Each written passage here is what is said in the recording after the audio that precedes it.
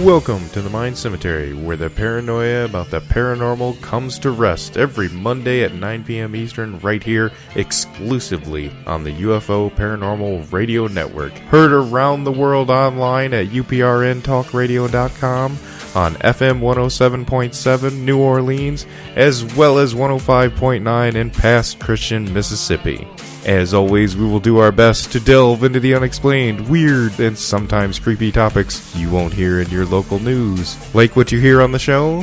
Then like the Mind Cemetery Facebook page and follow at Mind Cemetery on Twitter. If you want to check out the show on your time, download the Mind Cemetery off iTunes and at soundcloud.com/UPRN. For all of the UFO Paranormal Radio Network's shows, visit mindcemetery.net for info on upcoming guests, weird news, award-winning blogs, show archives, and of course, the ever-present UFO Stalker. Join the discussion live in the UFO Paranormal Radio Network chat room on Pal Talk, or call into the show at 1-504-273-7379.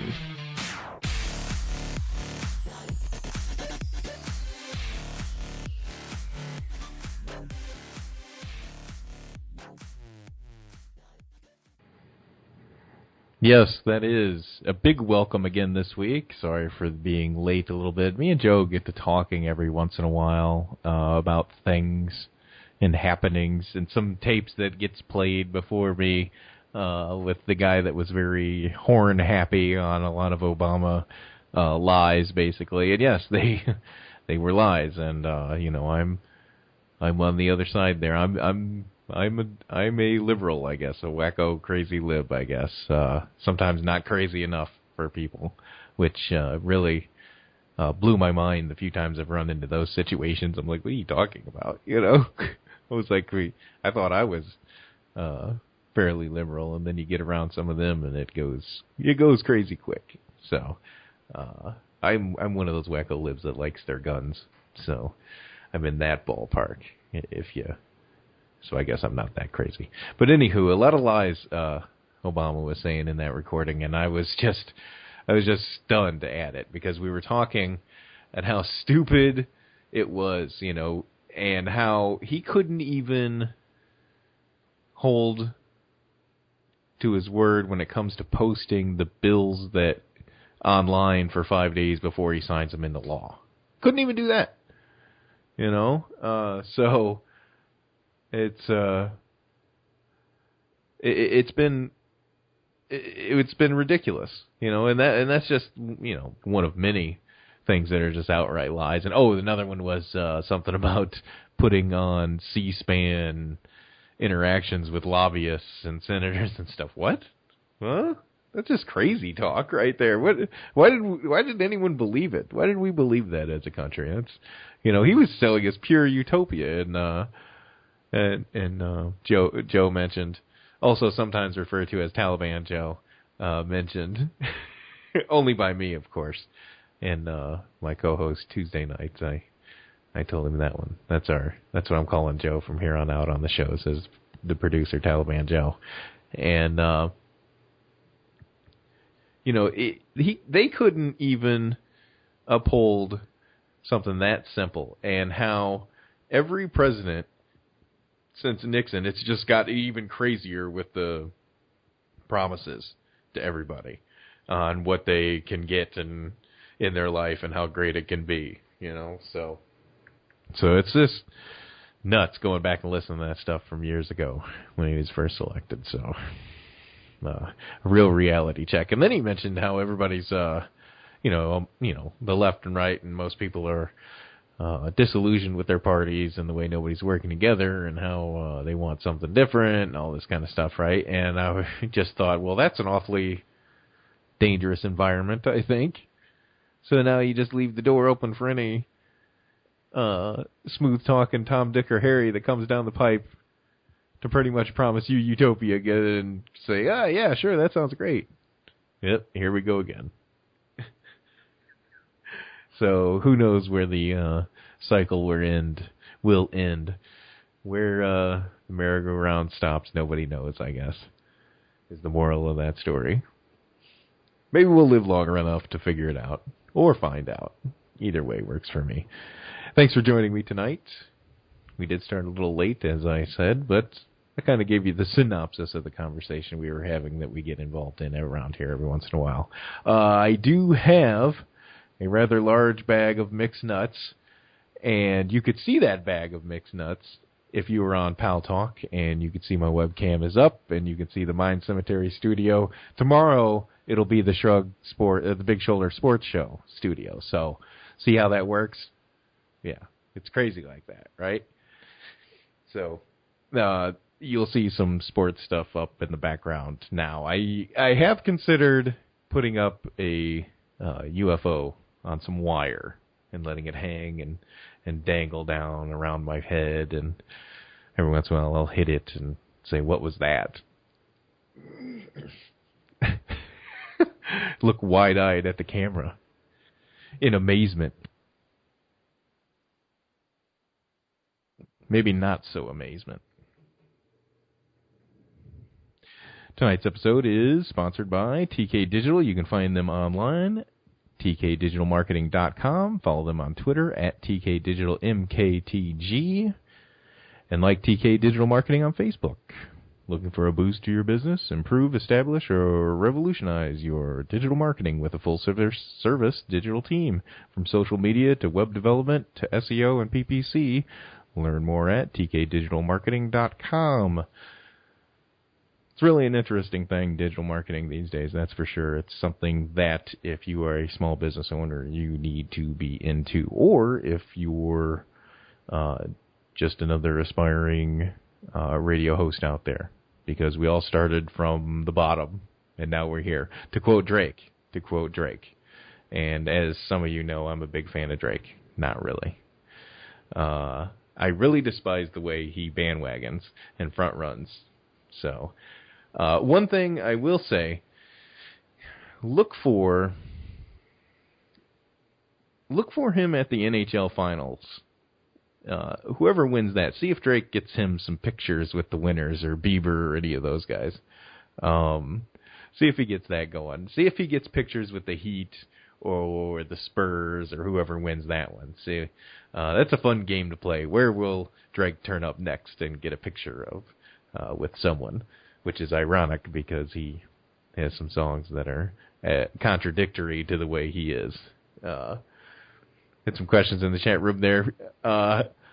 You can see me by just clicking on View My Cam next to my name there in Pal Talk. It's the UFO Paranormal Radio Network's Pal Talk chat room. You can jump into and chat with other people, and then there's a little camera icon next to the name to people that have cameras, and that's what I am doing now.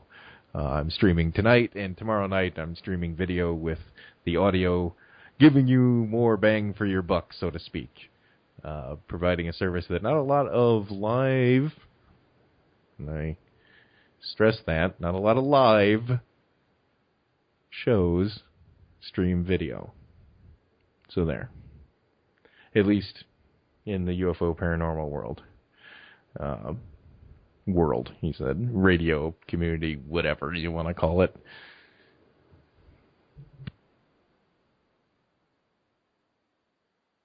What's really weird if you're in the chat room is that you're going to see like two logins with me. One's for the cam because I don't have an actual webcam, but one's for the camera on the laptop. So that's what I'm talking about. That's how easy it is, you know. And the other one is just me to chat and get the stories that I'll be talking about tonight, which I've got a couple things to talk about tonight. First of all, though, need to give out some congratulations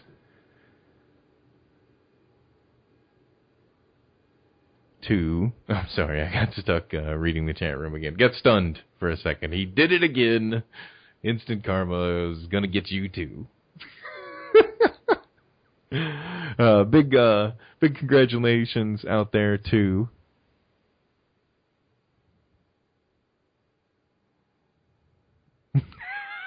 but you hear it here frequently on the Mind Cemetery. Oh, sorry about that. I had some stupid audio playing here, so that didn't make too much sense. It was a commercial for incompetence and ineptitude, something like that. And I was like, oh, you hear that often around here, at least on my show. But anyway, big congratulations to Sasha and Dave. Sasha Christie, as you know, co-host of Citizen Sane on here with Guy Weddle. She had her baby girl, Poppy May, so congratulations, and is a great-looking baby. It really is. You know, you see a lot of newborn babies that are all scrunched up and wrinkly, just not so cute, right? Let's face it, newborn babies, for the most part, are not cute. Unless they're your own, and you, of course, think that they're the most amazing baby in the world, right? So you're kind of biased in that aspect as a parent. But secretly out there, we're judging each other's children. And this child is beautiful. Amazing job by all involved. Dave, an amazing donor, and Sasha, an amazing host, evidently. And, yeah, happened today. And everybody's doing great, so that's awesome. Yeah, and very good-looking baby so far. So far, so good. Off to a good start. So now, finally, that's over. I'm not a fan of having any more children. At my age, I'm 36 now, so I'm pretty much good with babies. I'm done. I don't want to do that anymore. They are gluttons for punishment, I guess. No, but good luck to them, and I know the next week there will be a lot of staring at the baby and staying up all night staring at the baby kind of stuff, because you can't help it. But at least with my second one, we tried to mitigate that, that's for sure. So congratulations to both of them over there and having their baby girl. That's fantastic. All right, so today, as I'm looking around at various things, I wanted to start off with another review of the Rendlesham Forest, Encounter in Rendlesham Forest book that Kevin Randall did. And let's see, it definitely was interesting to hear his take on it versus the extensive work that Peter Robbins did on his 62-page review of it, right? No, actually, instant he did not dump on it that hard. It was literally 1, 2, 3, 4, 5, 6, 7 paragraphs, and not very long at all of a review, and it really didn't go into any depths whatsoever, other than talking about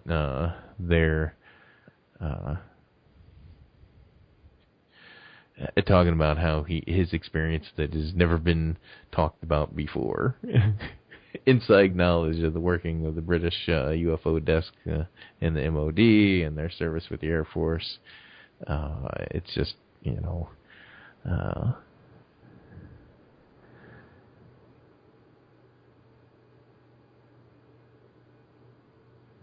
yeah, it's not that impressive of a review. Let's put it that way. The only thing, one paragraph.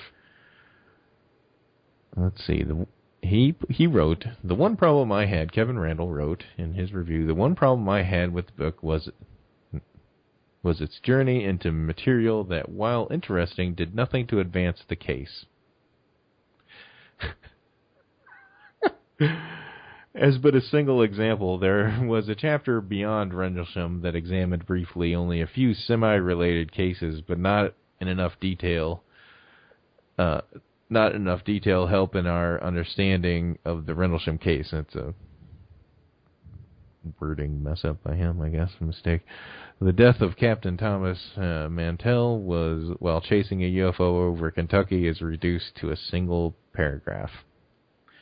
Well, the irony that he mentions being reduced to a single paragraph, his critique of the book was reduced to a single paragraph, and it begins with, the one problem I had. Kevin, I'm a big fan of you, man. I do like you. I don't think we have too much beef, but Peter Robbins found quite a few more than one thing wrong with this. I notice maybe he's just staying clear of the whole beef. Okay, now that I think about it, let's just. That's exactly what it is. We're just giving, we're just fondling his balls a little bit. We're saying hello to him, and if you're on camera, you could see me juggling the mixed bag of nuts in my hand, in the air. Maybe he's just giving him a cursory pat on the nuts, saying, "Good job, buddy," and away they go. Maybe that's what it all is. And, to make it seem unbiased, this is his attempt at a critique on the thing. So, interesting. Definitely. But, I guess, if that's what you want to do to keep the peace in the community as a whole, that's fine. But I don't really see a reason to keep any kind of peace. If you're asking me, there is definitely no reason to leave people out there like that as producing any kind of book that was worth anything. And I think he pretty much said that, in that it doesn't advance the case. So if you're making a book and it doesn't advance the case, then what's the point of making the book? To sell some XOXO, or the dash, or the 1010 Fest? You already sold that like 2 years ago. And now you just got a book. Okay. Well, whatever. I don't believe your book's selling that well because it's garbage, and I saw some things and they're talking about what awesome people they are, they are, and how good they are and all this, and I'm like, it's ridiculous. They're not really that fantastic of human beings, and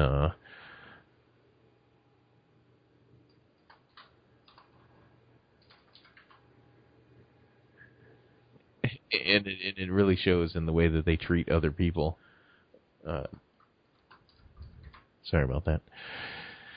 Just doing the chat room thing. Yeah, you're messing me up over there.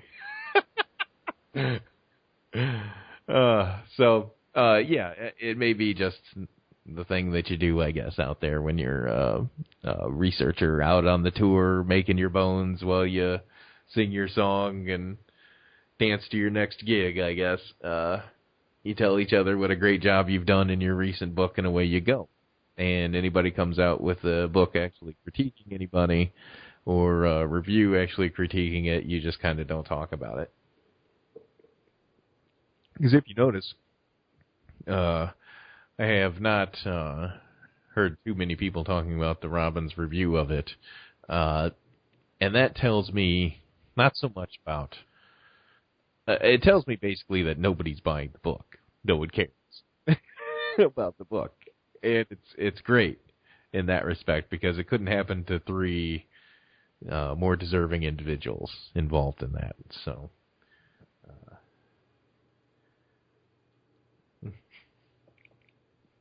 yes, on the cam there in the room, if you don't have the subscription, it's only like 5 seconds or 7 seconds or whatever. But I don't think you get that streaming video on the app for the Pal Talk app. It may be overloading it a bit on your poor little iPhone or whatever device you have that's masquerading as a smartphone.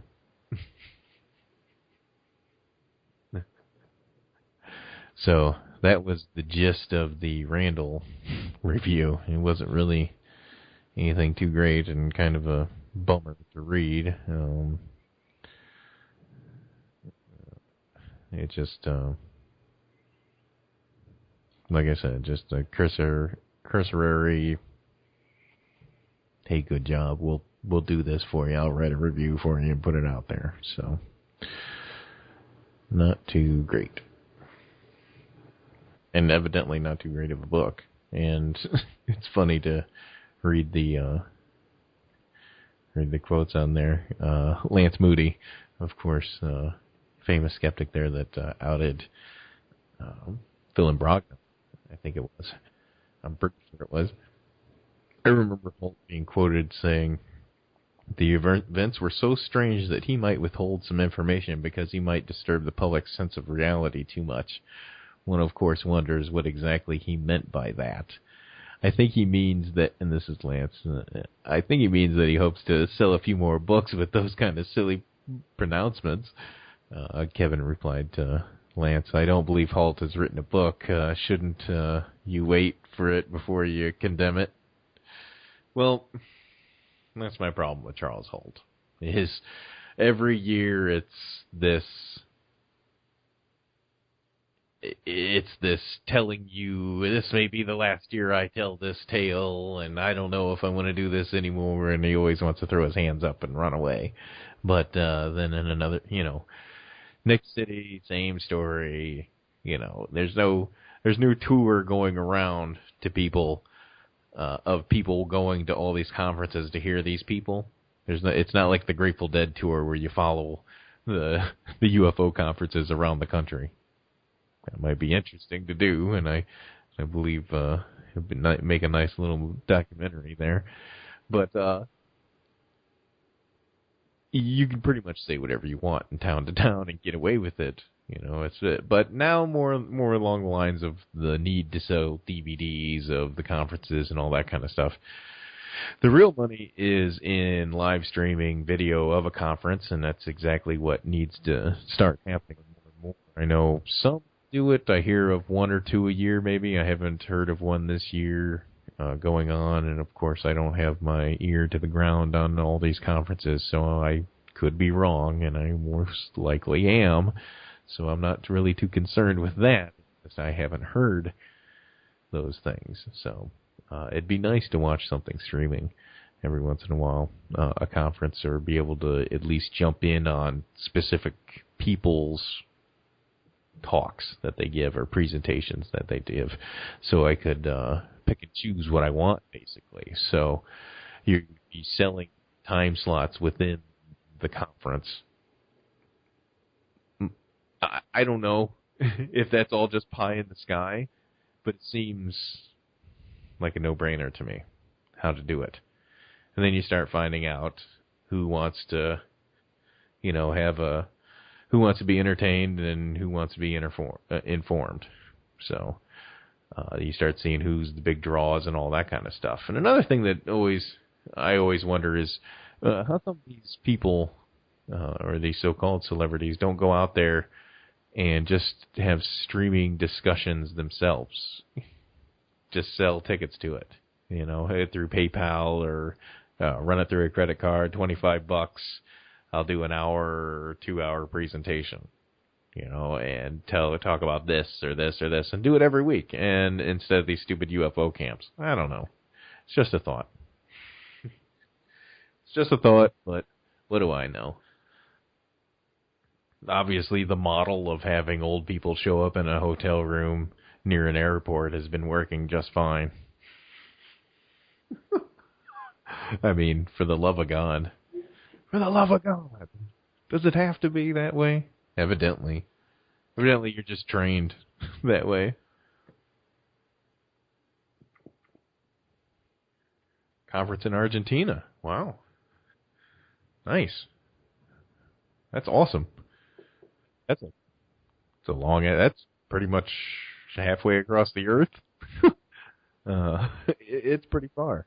Oh yeah, I know who it is. I just didn't want to say on the radio there. I didn't know. But yeah, that's a nice trip. Are you gonna go? Hey, you know what? Isn't that where the Atacama being came from that Greer had there? The desert, the Atacama Desert up there, and yeah, maybe you can get a look at that little thing. At the old fetus there, Chuck. Get a hold of it. See if you can put your hands on it. Everybody else has put their bare hands on it, and then put gloves on.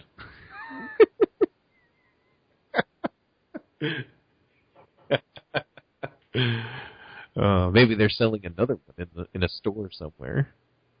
I would be I wouldn't be too surprised if you start seeing those crop up in the Atacama Desert gift shop. As if the gift shop is actually a hut,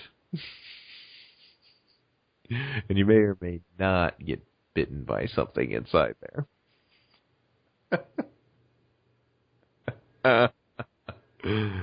Classic. So yeah, that's the Kevin Randle response to it. That wasn't too fantastic, I thought, but hey, whatever. I gets it. Evidently, they're looking to make a Pacific Rim 2 right now. If you're a fan of that franchise, I don't know. I saw it the first time. Guillermo del Toro has dropped some tasty tidbits. See off BuzzFeed here. Been working for a few months now in secret on it.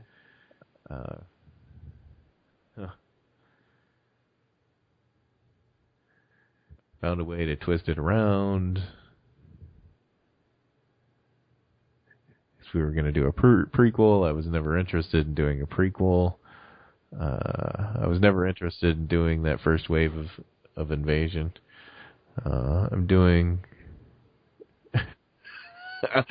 for very new, very crazy ideas on the second one, which are very difficult from the first one. Oh, very different from the first one, sorry. But you will get really great spectacle. No, okay. So you're just going for a special effects fest, I guess. Yeah, the trailers were spot on with that bad boy, that's for sure. I have pretty much wrapped it up in the scenes right there. It was worth watching for the most part.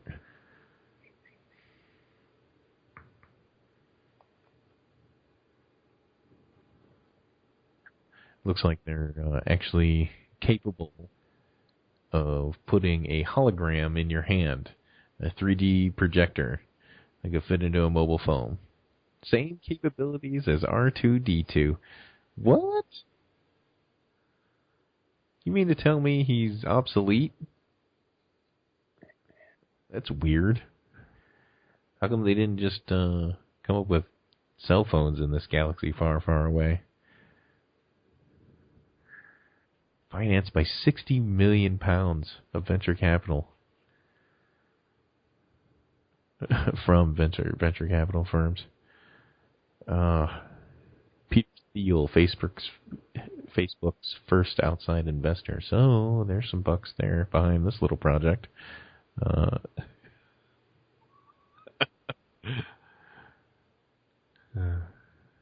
Microsoft is working on its own.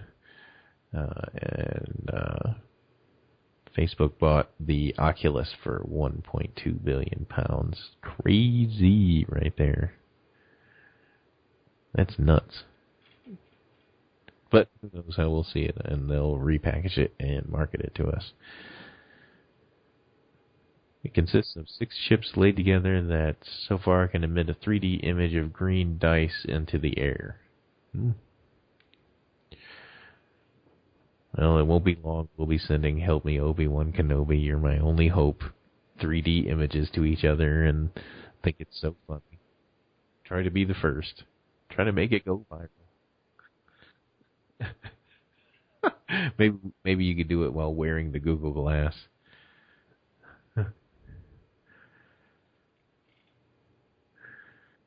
Google Glass would be a good time. So I saw a Majestic 12 video a few days ago. On the 4th it came out, so it was about 5 days ago. Not too long after the show I saw this pop up on UFO Updates, which I'm a big fan of that page because it's got smart people there and not a lot of garbage, so it's a good time. It's definitely worth being in. So anyway, this Majestic 12, a UFO disinformation scandal, is the name of the video over from Open Minds TV. And it has Alejandro, of course, narrating, like all your other favorite videos have out there from Open Minds.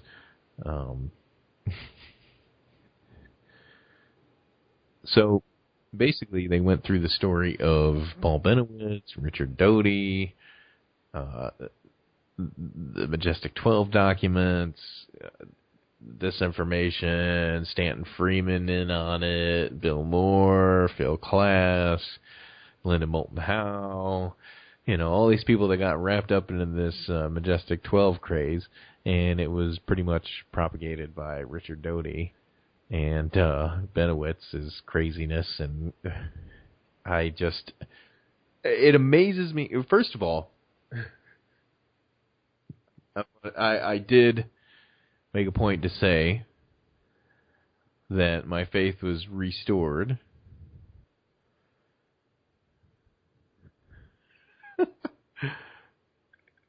in Open Minds and the people there, at least for now. Okay, it's back in, but there's always room to screw it up. Let's put it that way. And I know it's very important to them to keep me happy. I'm sure they're telling me to go piss off, and that's fine. That's whatever, Everybody has that option.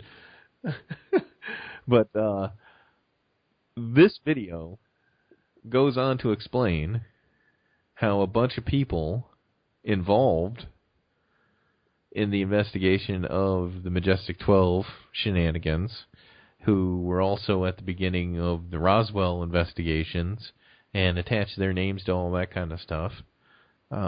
Stanton Freeman, I don't know. I am asking myself this, and this is what I posted on that page, and I'd love for people to go watch this video from Open Minds, because I don't promote much that they do, because,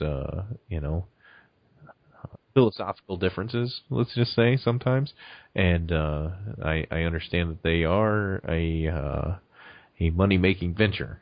So they do kind of want to keep the door open to make some cash and all that kind of stuff. So I can't blame you for that. That's just your marketing strategy. Why would you want to reduce the amount of people, right, by splitting hairs? But in this video, you see basically the reasons why those involved with Majestic 12 and the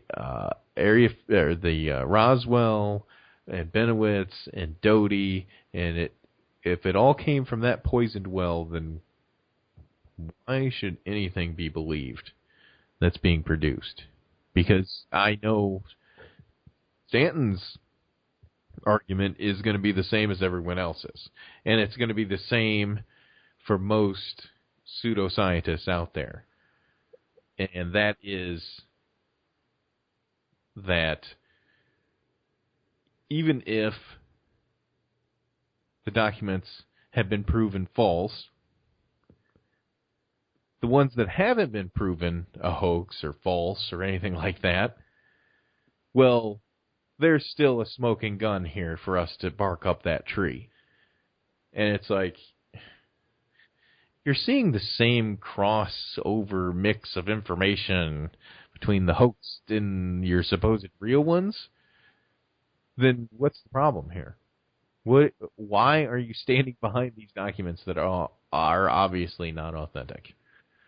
Right? And then you get to ask yourself, how long have they done this kind of thing? Or stayed in the business because of this kind of shenanigans? Linda Moulton Howe, for God's sakes. Her stupid Earth files. All right? You go ahead and try and look at that stuff. You have to pay. You have to pay to do anything. She shows up at all the conferences with her buddy George, and they both hold hands and sing soft songs about how much money they're getting and screwing people in the face. And how easy it is for dopes. And you hold up, I got a daytime Emmy or some local news Emmy or whatever stupidness it was. It's an achievement. Congratulations. We're all very proud of that. But, there are points in some individuals' lives out here that, after you have these fantastic achievements, the things go bad quick. Things go wildly off the rails. And Exhibit A to that is Alfred Weber. And if you don't understand what I'm talking about, he was once a brilliant man. Now he's just nuts. Okay? So, I'm done with the whole holding on to documents that haven't been proven false yet, so they must be real. And there's your pseudoscience right there.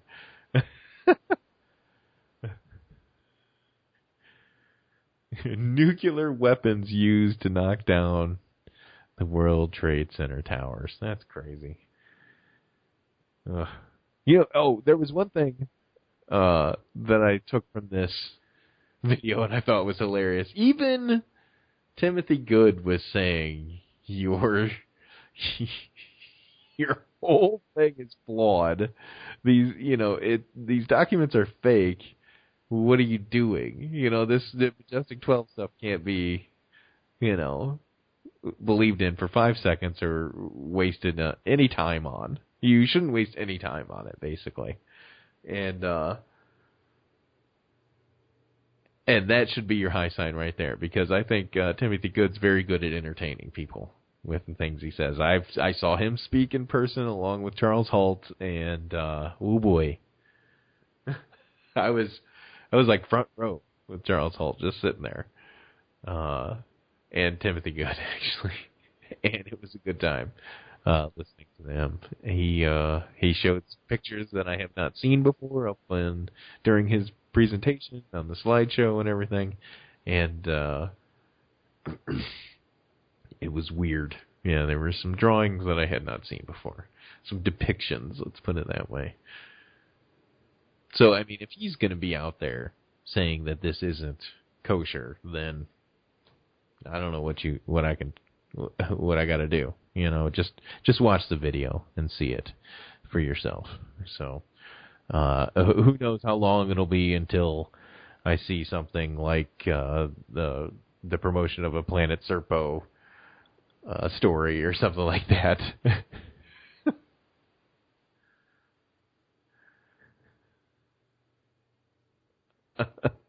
So, who knows? Who knows what they'll be promoting next that'll upset me, but for now, peace is being kept.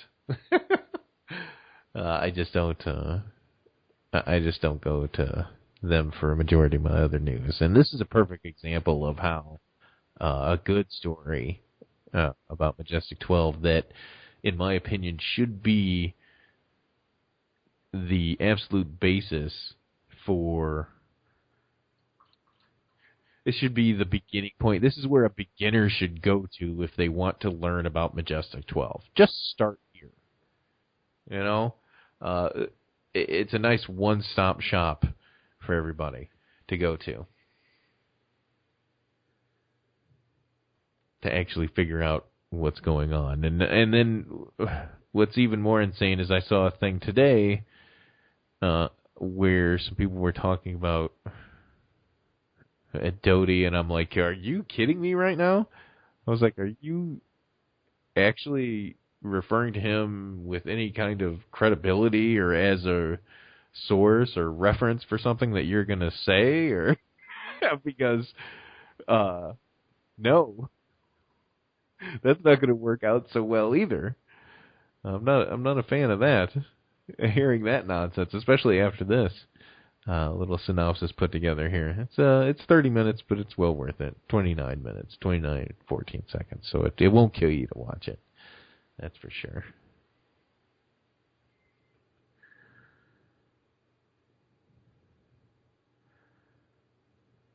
I did not manage to get out and promote tonight's show because I was busy today. Amazingly, running all over the place. I'm going to go on a little rant against Best Buy today. So we did the site to pick up, right? And I go there to pick everything up, and I've got kids, and I just walk in, and I'm like, here's my stuff. Here's my information. Here's what I was picking up. It's not here yet. First of all, I had to sit and wait, and in the meantime, corral my kids. But since they made me wait, I really didn't give a damn if they tore up the place. So I was like, do what you want, kids. Go crazy. And that's the high sign to my son. If I say go crazy, turn up. All right, hashtag turn up is what he does. It's over. So he's jumping around, and I'm sitting there waiting, and and I finally get up there, and he's looking through all my paperwork, and that takes another 15 minutes, 20 minutes, and I'm like, what the hell's going on? And then he's like, we don't have his stuff. And I'm like, now I got to go to the stupid Apple store because I had an appointment today. Oh, God. Don't even get me started on that, too. I might as well get into it because this was the whole shenanigans of today, going back and forth between these two clown places. I leave Best Buy with nothing in my hands when they just got done telling me everything was there. Then I get an email saying, hey, everything's at the store. I was like, I just walked out of the store. I know it's not there. Why are you lying to me?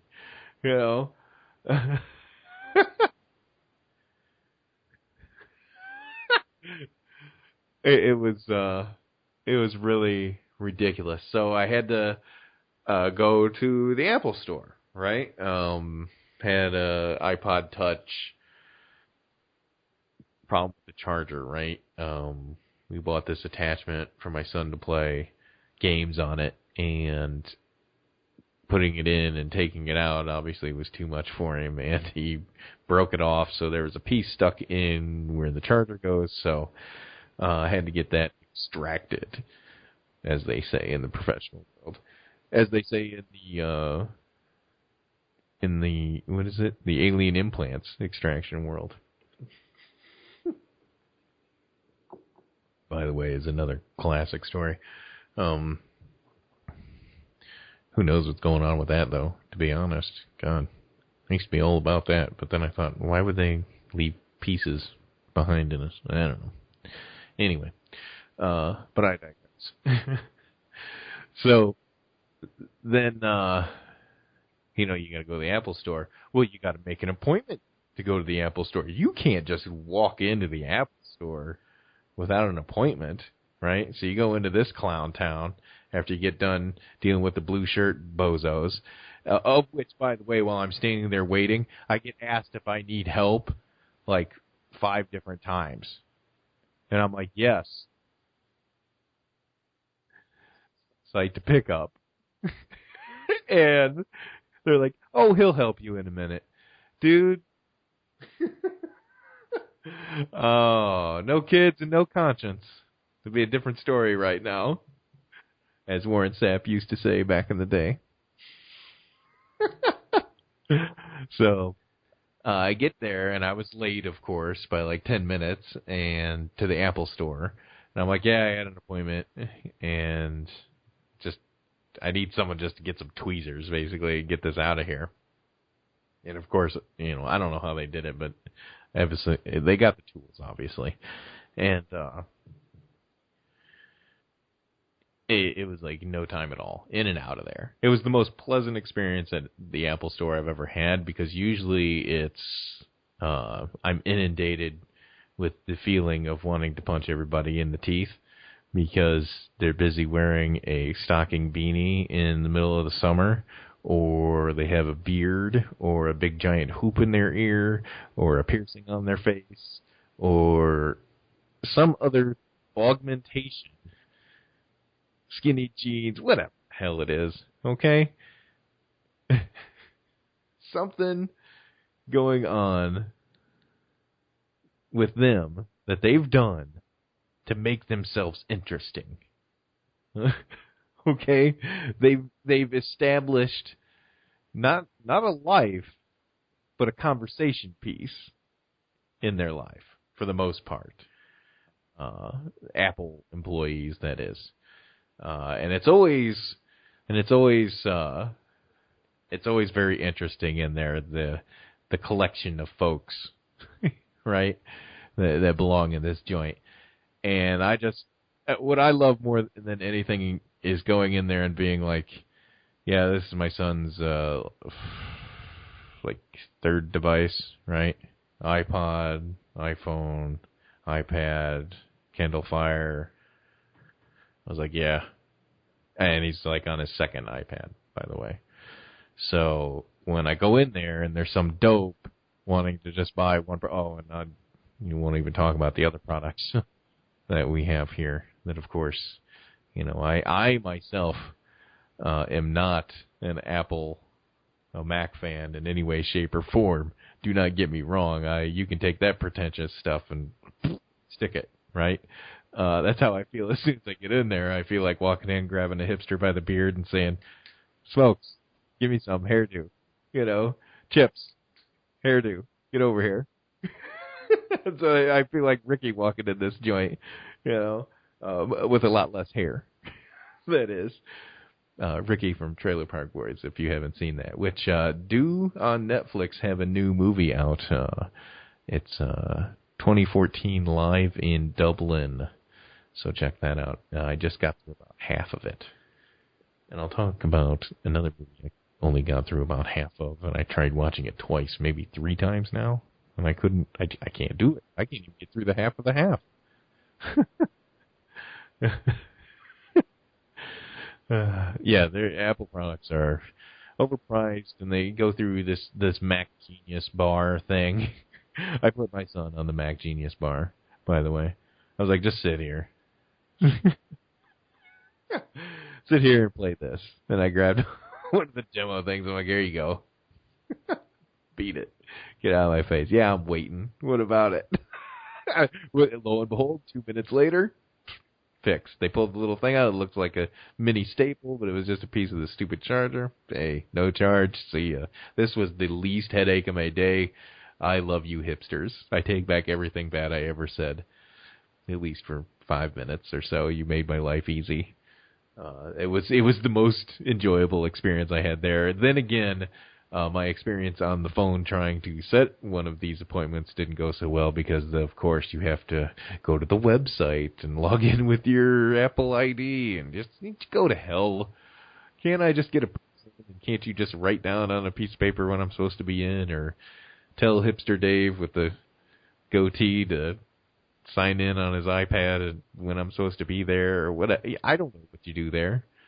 Between sucking down lattes and telling me about your next app, I have no idea what's going on in this store.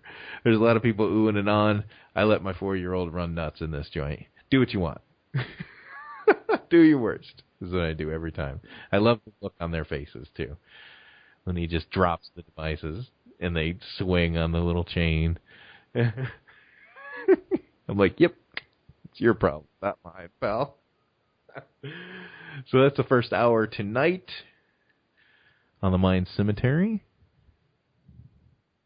What are those bombshells that I was going to have? Oh, I had 2. Deuce. Dropped 2 bombs. One I'll talk about in the next hour of a coming project.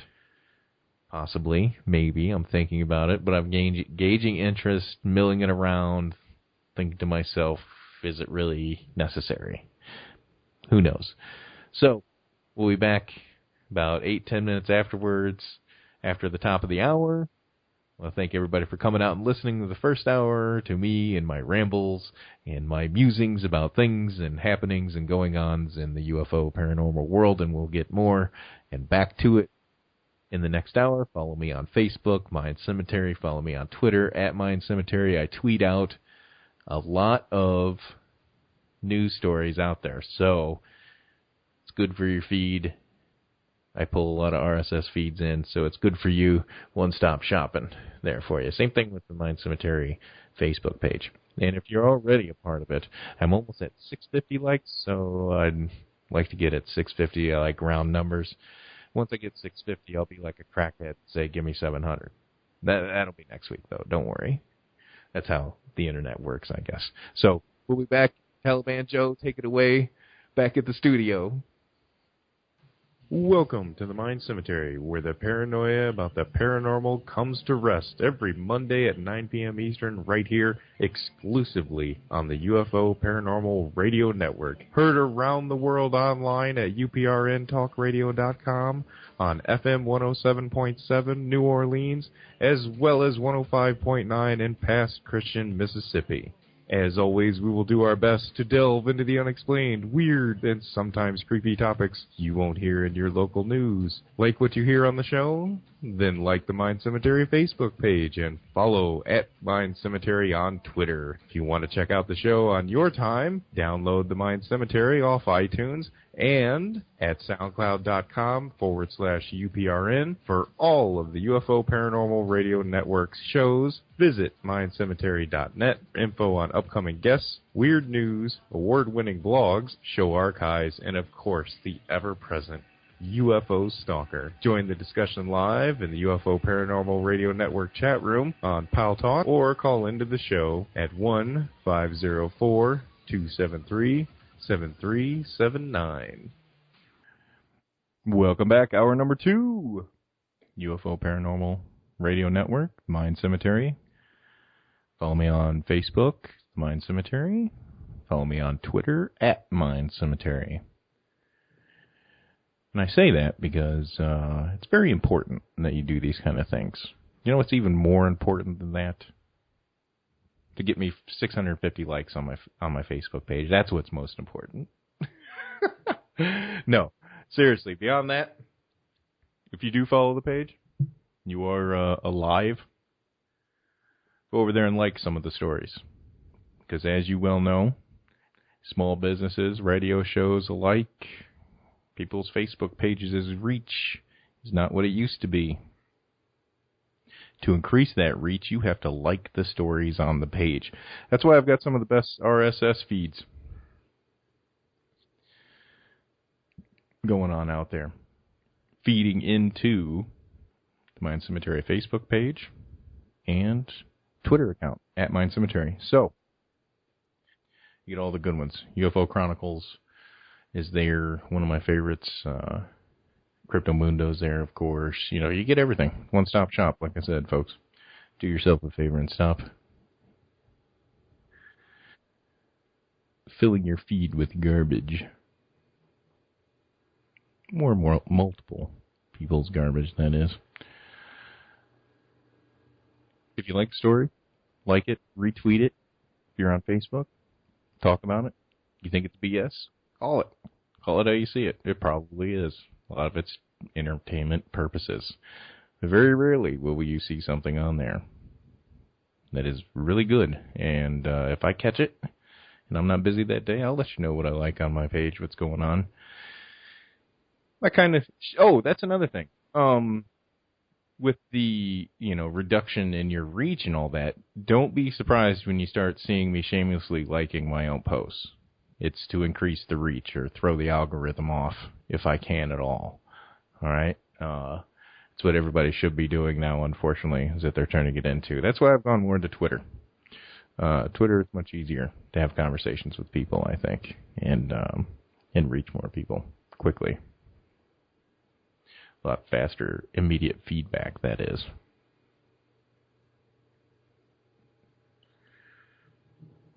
Hashtag immediate feedback at Mind Cemetery. And I'll prove it. It'll happen. Almost 6,000 followers. So that's if the algorithm is correct. Because that doesn't mean they're almost 6,000 interactors. That's for sure. There you go. Boom. Bingo bango. Hashtag City on Twitter. And I'll retweet it. So, boom. There you see. The way it works. Couldn't get that on Facebook. That's for sure. Oh, you have to pay for it, though. You have to pay for it a lot more to get that kind of reach. So that's the moral of the story when it comes to Facebook these days. I'm trying to get off of it. I can't stand it that much anymore. It's not really worth it in the long run.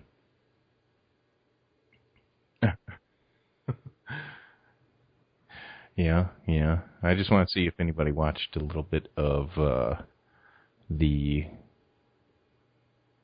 Game of Thrones last night. It was good. Very good. Stayed focused on the wall for the first time in an entire episode.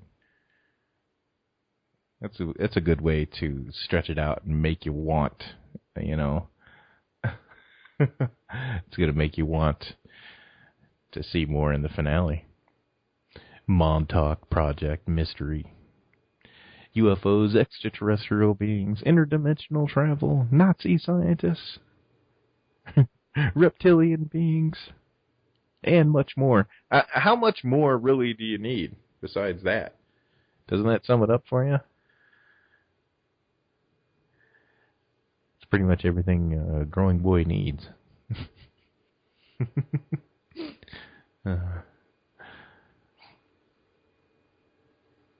That's for sure. You can't go wrong with that.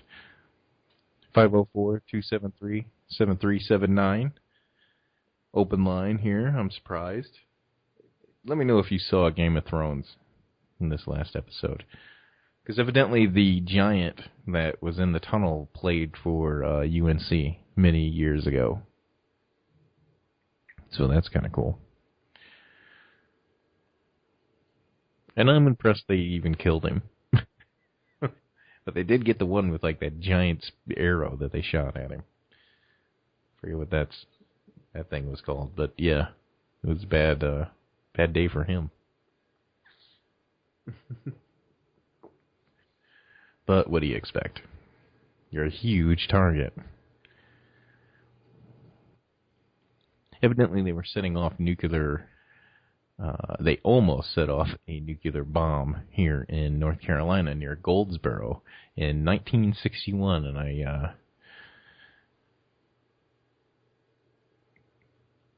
I caught that tonight from Shep on Facebook. Shepard Johnson. He catches a lot of weird stories from the area here in the southeast and the Carolinas and Virginia and so on, and evidently.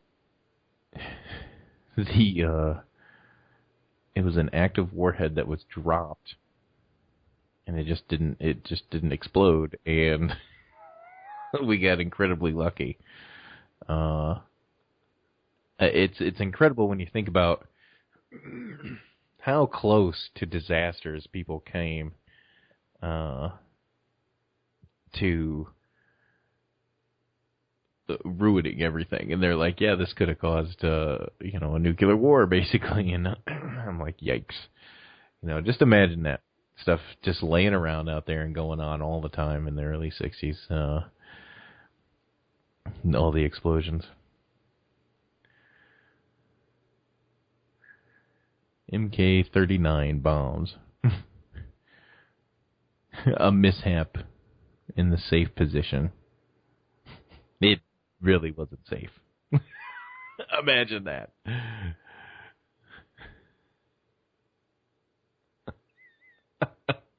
Oh, yeah. We'll see.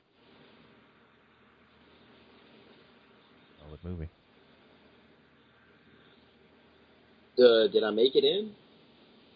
Made it in. Yeah, in the Game of Thrones episode, they would have used that I forget what you even. Do you even know what they call that weapon? I don't know.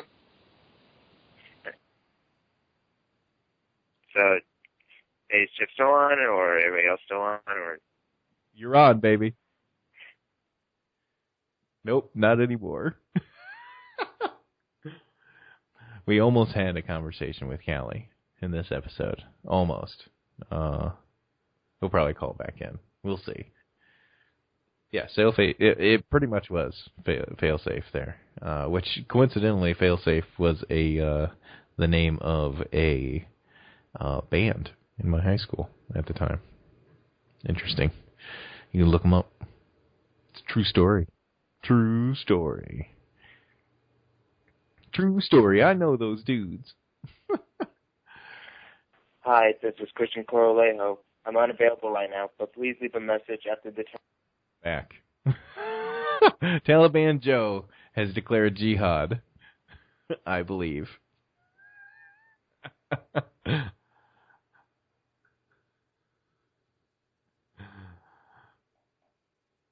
Frank Olson was drugged with LSD and murdered by the CIA.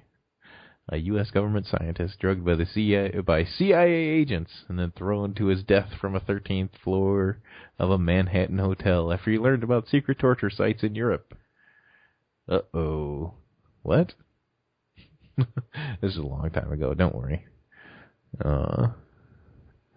Murdered in 1953 after he discovered that his biological research was being used to torture and kill suspects in Norway and West Germany. Yikes. Allegedly given LSD in a glass of brandy and then executed by the CIA. And then thrown out the window and said, well, he was on acid. So, it was interesting afternoon there in 1953. I don't know, was LSD even invented in 53? Was it such a thing? Was that a thing in 53? Let me Google it for the better of humanity. When was LSD created? Right? We're going to just roll with that?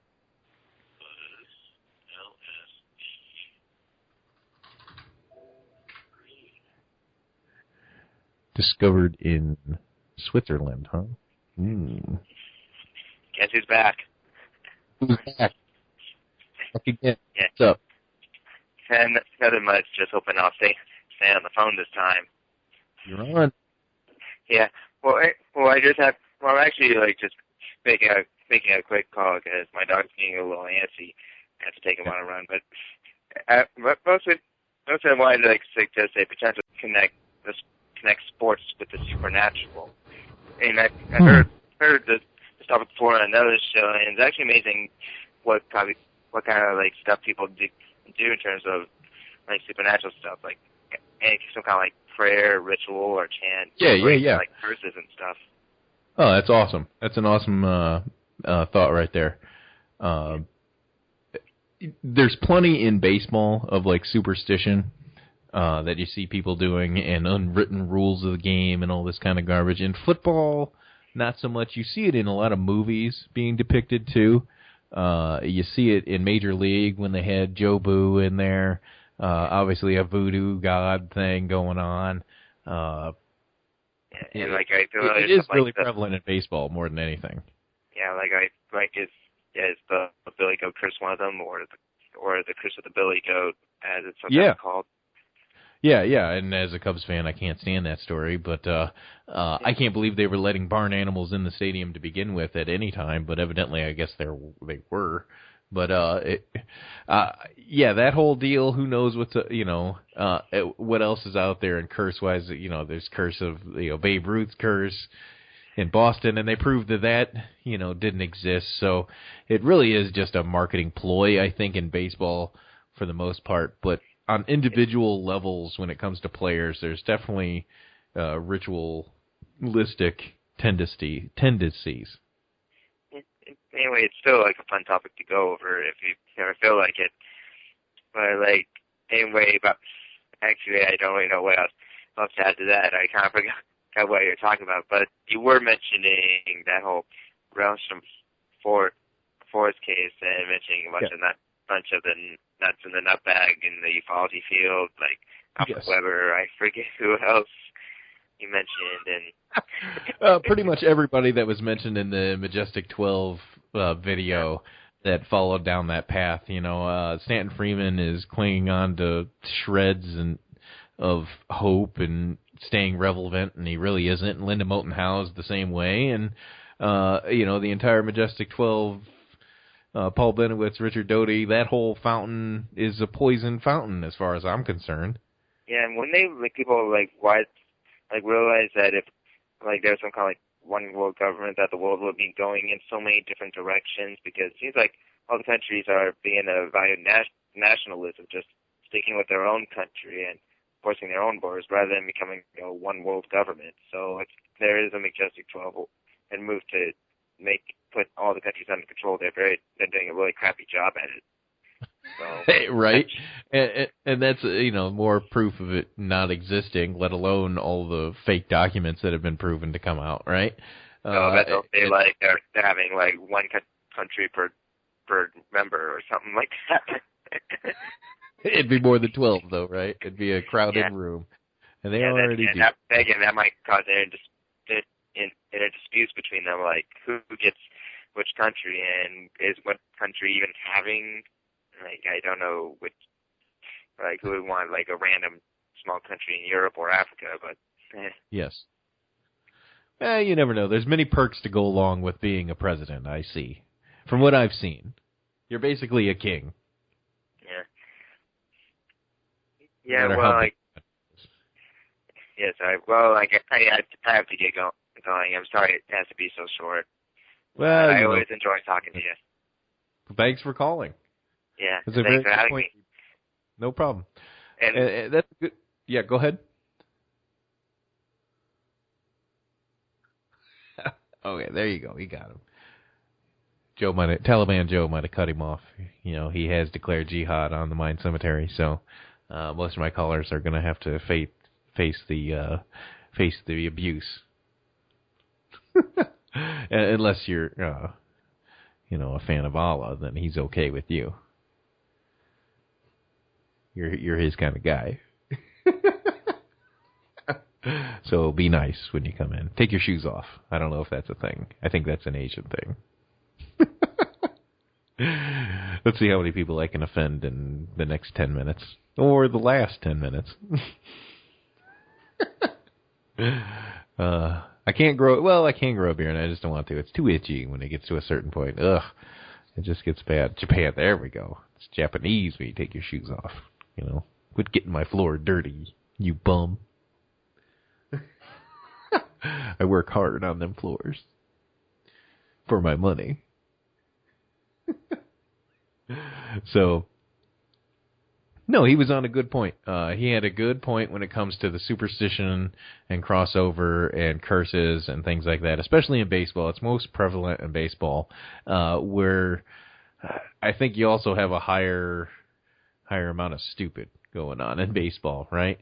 I think you have more of a dependency on these superstitions in baseball than any other sport, because for a long time before, and I hate to get too much sport talky, but, for a long time, baseball wasn't all steroidy and doped up, and people didn't want to do that. They didn't want to pack on a bunch of muscle and change the way their body is and, the muscle makeup, because they thought that if I did that, it would change how I play the game. So a lot of people didn't do that, but it worked out for some.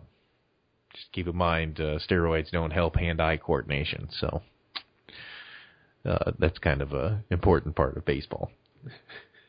And life in general, I've noticed. It comes in handy. So yeah, we'll talk about that tomorrow night, though, on Big Shoulder Sports Show. I actually got dropped from the call. Taliban Joe has been ruthless today. He's got his sitar out, and he's lobbing off heads of infidels today. No.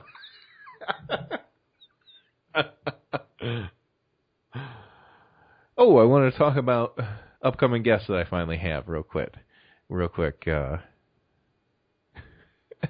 It is the upcoming guests that I have. I have actually 2 scheduled. Put it down in the books, son. It's for real. Recently, I've noticed this guy a lot, and I've seen him on YouTube a few times. I've watched some of his YouTube video. He is a Bigfoot hunter. He is a squatcher. He is into cryptotainment, he calls it, which, by the way, I love the term cryptotainment to begin with. You know, if you can label what you do, then you are on the way. Now, where you're on the way to, I don't know, but, you know, you're going somewhere, so you're on it. You're on the ball. You had an original thought. Chris from Big Huntin' videos, Bigfoot Huntin'. And yes, it's spelled Huntin', Huntin'. So I know a lot of Bigfoot people out there will be able to understand that because they go squatching, right? There's always a lot of N's in cryptotainment, I guess.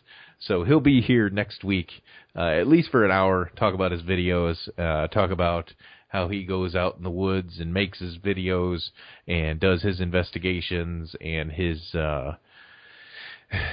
outside the box thinking. Let's put it that way. So we'll have him on next week. He'll be fun for at least an hour. And we have in the 23rd none other than Norio Hayakawa, and I have not had him on in a very long time, if at all, on the UFO Paranormal Radio Network. I might have had him, I probably did have him back on Blog Talk. I had a lot of people back on Blog Talk that I knocked out that I'm going to have to go back and get here.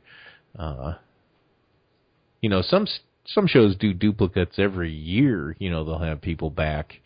And maybe I should start doing that, too, because it seems to work. It's either, you know, you have the same people back year after year, or you have the complete nutbags entertainment time. Yeah, the reason I had Norio on, wanted to have him on, at least, is that he jumped off Facebook for a little bit. And my good pal on Facebook, Phil Mancuso, gave me a heads up when he saw it, and I went to looking, and I said, yep, for sure, he be gone. And next thing you know, he popped back on, and I hit him with an email, and boom.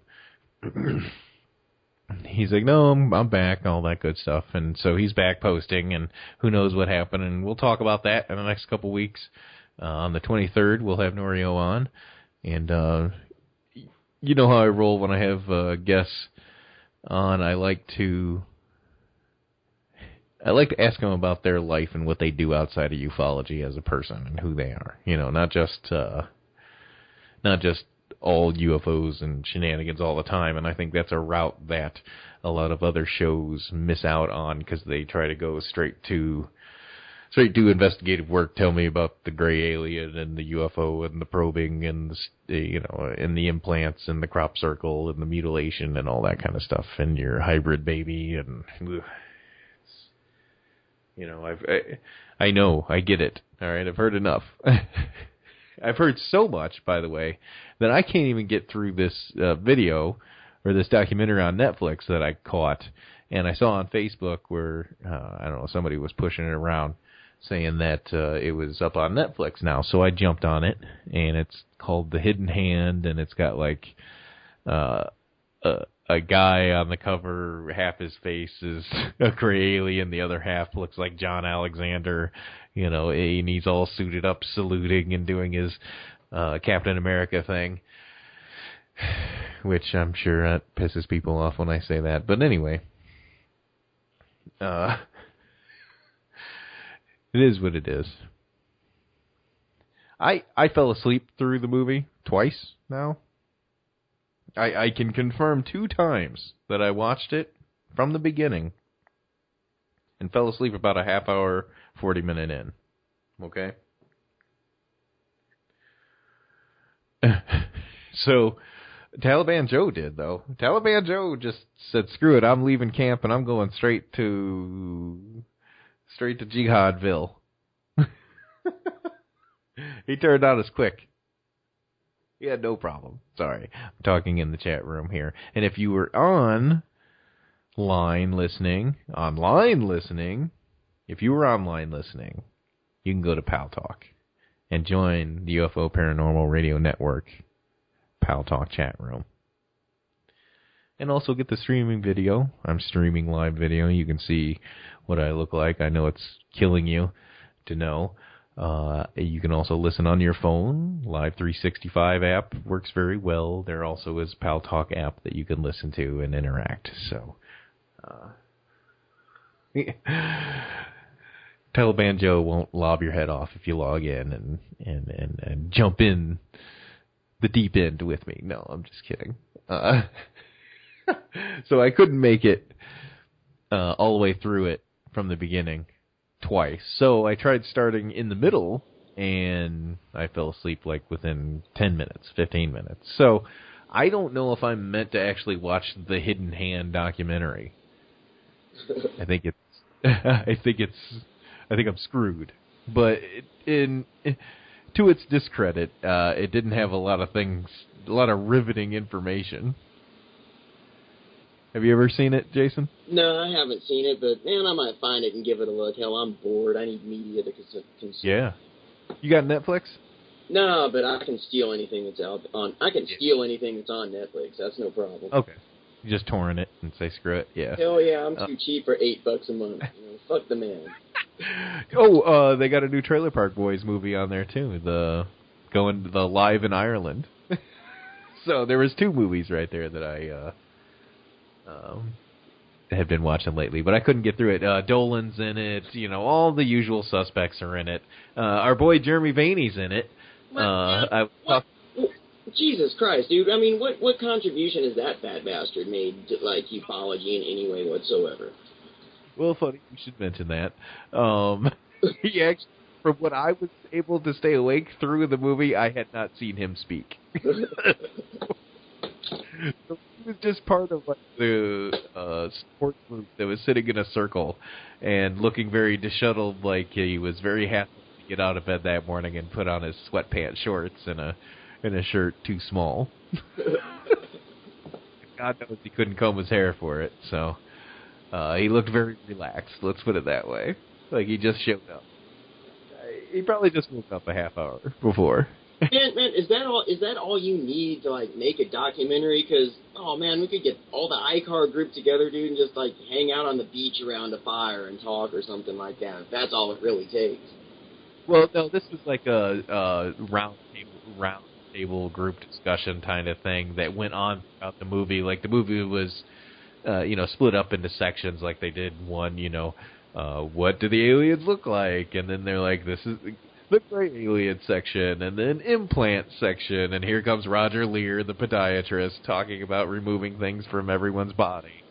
And, that's my thing with that is that he's just a foot doctor, so what's going on here? Why is he cutting people open all the time, left and right, removing stuff, which I don't know what there is to the implant thing, but some of the stuff looked pretty cool. Well, probably because there's not a legitimate surgeon out there is like, no, man, I got a job and money and a family and shit. I ain't doing that. I wonder if you could set that kind of... What happened to all the mob doctors, huh? When you need something like this done. We got all these CIA spooks around and nobody knows a mob doctor to show up and cut somebody open real quick, huh? Yeah, man, or some snakehead bush doctor or something, anything. Yeah. We don't get into that stuff. So. Oh man, I did try to call in when the Game of Thrones discussion was going on. That was actually cool, dude. It was all at the wall. It was an awesome battle, no betrayal gardens, none of the stupid shit. Yep. Yeah, it was. I think it was the first episode that focused solely on one aspect of the story, and it needed to be done because it was sorely mistaken, and downplayed throughout the whole thing. There's really too much story going on to tell, in my opinion, right now. I know, man. It's almost like keeping up with Game of Thrones is like a history test, just about. Yeah. And they got to keep touching people where you forget them and all that. It's weird, It's tough. The next episode should be a good time. I love seeing people freak out about Tyrion dying. Oh, if he dies, I'm not watching the show anymore. I'm like, do you guys not read the books or anything? I don't know what's going on with these people, but it's like either you don't read the book or you don't even go on the internet. Man, those are all the same people. Like, man, I couldn't take the Red Wedding. I'm quitting this shit. I can't do it no more. And that's the good thing about Game of Thrones. It'll like rip your heart out and stomp on it and do it again, and you'll be happy that it is doing it. Yeah, and that's when the mountain smashed in Oberyn's head, that didn't happen. He smashed his head on his like armor. That would have been cooler to see than what he did, in my opinion. Like smashing the guy's skull is just over the for the sake of being over the top. It's kind of like a Quentin Tarantino movie at that point. It's like, what did you really accomplish? The way it was in the book was good enough. I know, just knowing enough of the story, it's like, I pretty much already knew how, it was going to end. But, I guess they got to throw that little twist in there to keep the book nerds, up in arms or something about generating them form hits. Yeah, and then not hold completely to it so they could stray from it, which, of course, they're already doing drastically. So we'll see how much farther they go. You can check out the archive, soundcloud.com/UPRN. I'm usually up there. And my thing, too, Taliban Joe, if you don't mind, the Infidel is going to make a request that make sure I get just a sports-themed picture to go with the sports show post, not your pedophile and the robot from Lost in Space picture. Oh, Lost in Space. Speaking of Lost in Space, the Funkadelic Mothership is going to be on display at the Smithsonian. Made famous by George Clinton's Parliament. This thing looks weird, but it looks legit. It looks like a legit UFO. Like if they put this sucker in the air, they launched this and got this to fly, it'd fool a ton of people. That's for sure. Soon will be available for viewing at the National Museum of African American History and Culture in D.C. Go Star Child, go there and make the connection. That's funny. On Boing Boing, I saw that story. And some Game of Thrones action on there as well. But, with the mountain and the Vipers fight, I thought that was just a little over the top, Quentin Tarantino-esque. I just think that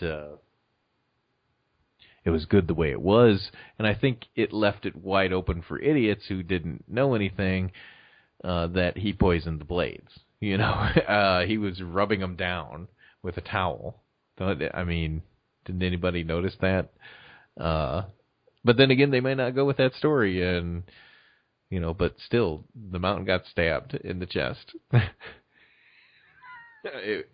It's pretty much over for him.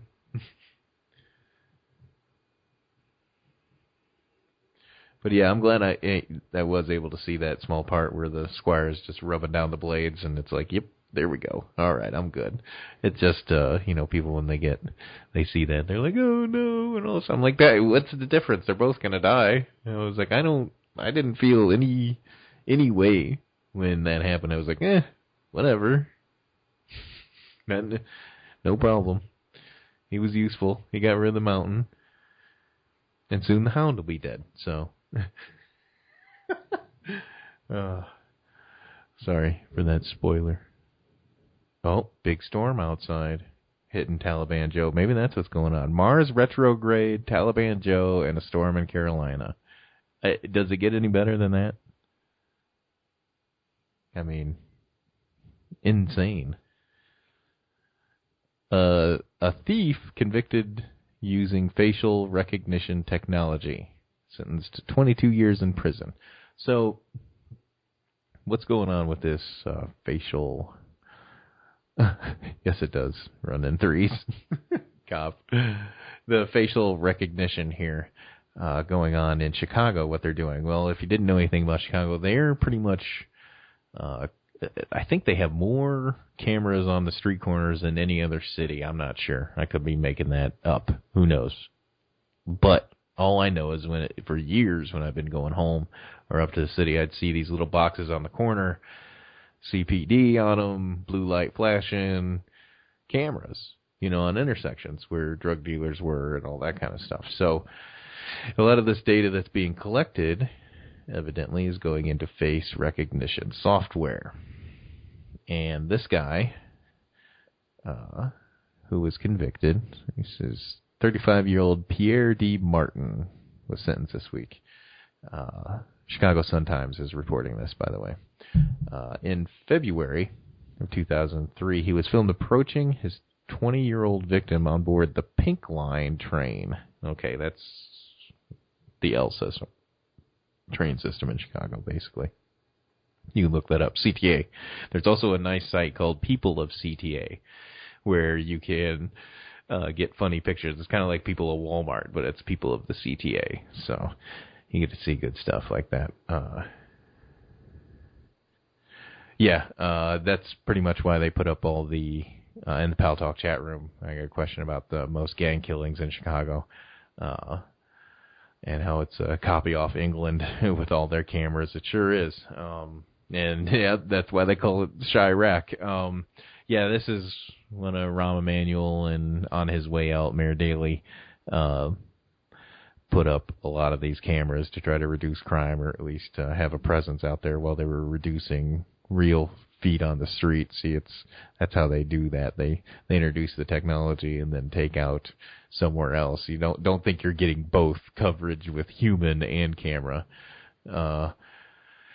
No, it's not a deterrent. But now this facial recognition, I think, really might crank it up once they put that out in the street. Because evidently he boarded the pink train here, pulled a gun on his victim, and demanded his phone. Which, if you're in a city in general, I don't know why you'd be out texting on your phone or playing around with it on a public line or anything. So something like that could happen at any minute. When the train began to move, he jumped off and escaped. So pulled a gun on him, all that kind of stuff. Assault with a deadly weapon, basically. He was convicted by a judge last month of robbery. Last month on one 2013 robbery, and then pled guilty to the other robbery. Crazy. Of course, he had something pending at the time when he committed that one. That's classic, too. Classic recidivist garbage. That's that YOLO coming out in a criminal. That's a criminal's version of YOLO. I got one pending. Screw it, I'm going to get another. And then when I get to court, I'm just going to have them pile it together and get it reduced. I'll show them. Idiots. I've seen it a million times, that mentality.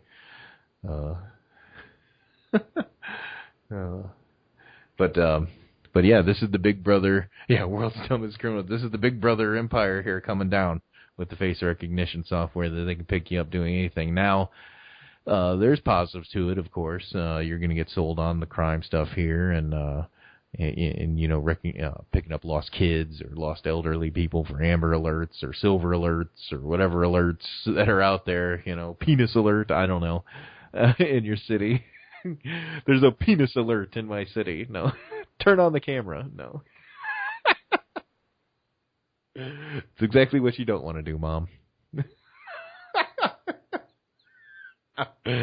So yeah, that's the Big Brother taking. That's Skynet taking over for you, folks. It won't be too long. They'll just issue a ticket to you right there on the spot and have a drone come out and tase you, bro. See if they can handle doing that. I'm sure that it wouldn't be too far off from it. You'll just have someone driving a drone around or flying one around. Yeah.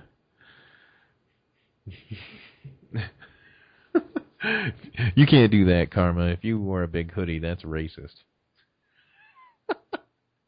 Did you know that now? Nobody can wear a hoodie anymore. And oh, by the way, in his picture, he's wearing it's a jacket with a hood on it. I was like, oh, there we go.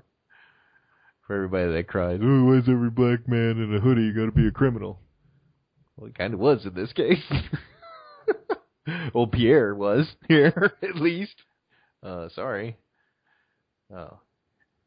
His mugshot was in the police database following convictions on aggravated unlawful use of a weapon, pulling another gun on somebody, and possession of a stolen motor vehicle. Stole a motor vehicle. Blech. Spit it out. So yeah, he's a good guy. Upstanding member of community. But yeah, I don't know. It was acquired last year for $5.4 million. And of course, the 22 years in prison. We know he ain't gonna spend that long and no. He ain't spending 22 years in no prison for robbery. Get out of here. He'll probably do 7, 5, tops, maybe even 3. It'll be disgusting, that's for sure. Good time, yada yada. UFO researcher offers adult education classes on the paranormal. Good luck to you, sir. Ray Fowler offers courses through adult education of the Kennebunk on subjects ranging from astronomy to near-death experiences at his home studio in Kennebunk. I don't know where Kennebunk is. I may have to sign up. He's written 11 books, for God's sakes. Investigations with Spook Central, a.k.a. MUFON, yada yada. Yeah, Ray Fowler. Here we go. The Watchers 2. I don't know what's going on there. Is that the L.A. Marzulli Watcher series, you think? No, it's forward by Whitley Strieber. Proby. Oh, Strieber's in the Hidden Hand movie, by the way. So he's out there rocking it with his white hair, doing his thing. Love Whitley Strieber. Never interviewed him. I think he hates me. No. I'm not even a blip on the radar. Let's face it. Oh, Maine. Kennebunk. It didn't say port, though. It didn't say Kennebunk Port. It just was Kennebunk. That's what threw me off. I'm a dumbass cracker.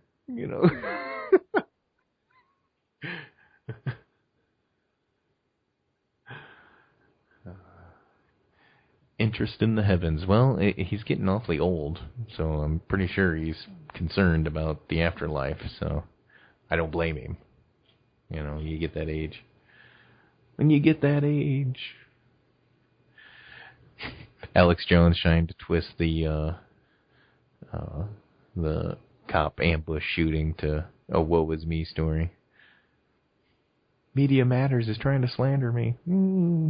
These two listen to Alex Jones. The revolution will not be televised. It will. It will, and you're going to just sit at home and watch it, basically. Just like you do now, kind of. And I don't blame you.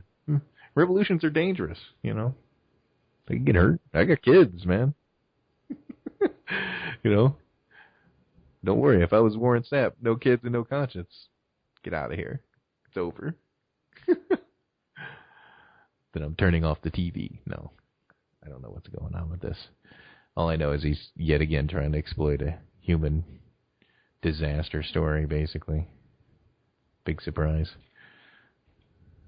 Oh, the CIA is now on Twitter, and I don't know if they're on Facebook, if they have an official Facebook page. I thought that was interesting that they just do that. And then everybody and his brother was tweeting out the first tweet, which was, I can't confirm or deny that this is our first tweet or something like that.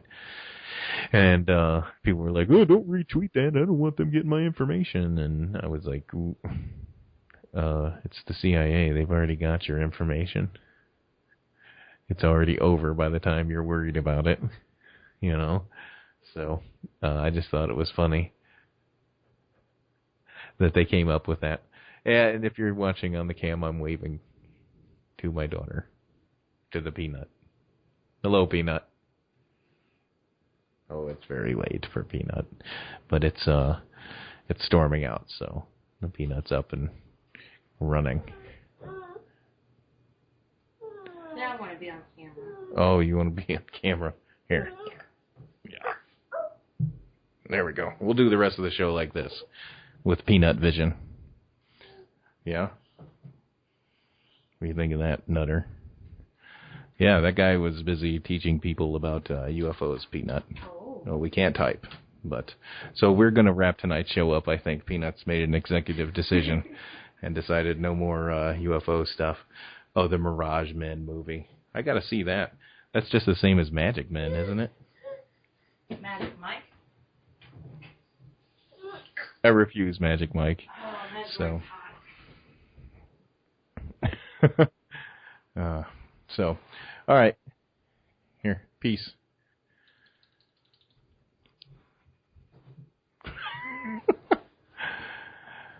A piece is what we call the pacifier. Just a piece. Yes. So anyway, it is storming pretty rough out there, evidently. Jeez.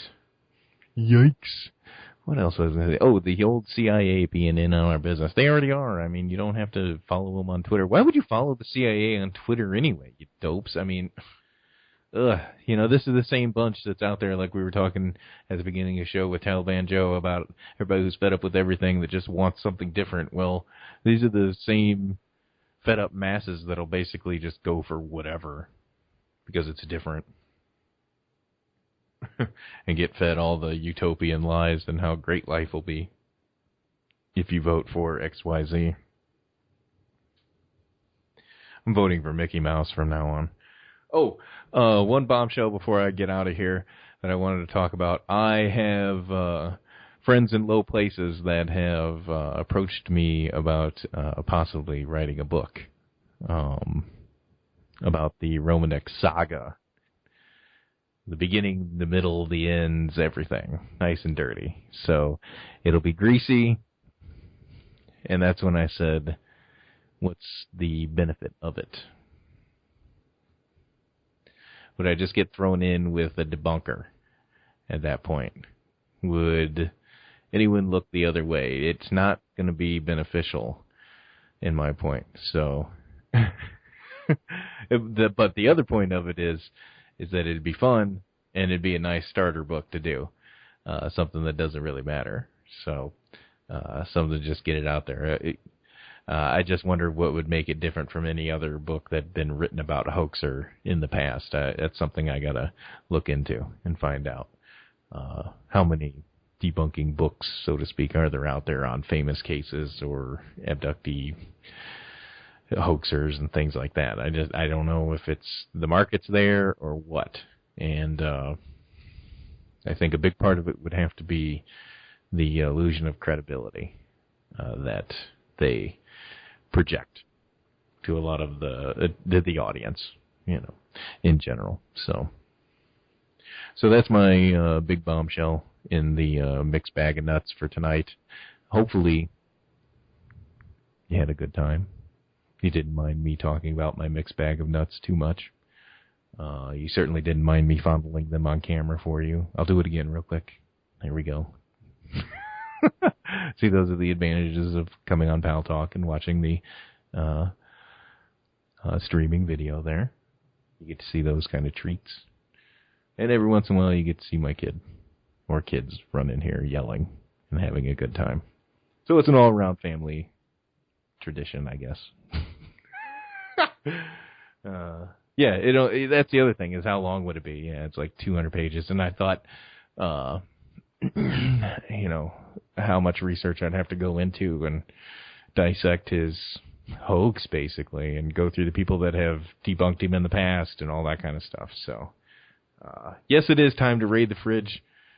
Cop, you nailed it, and it's time for me to get the hell out of here and stop wasting your time another night.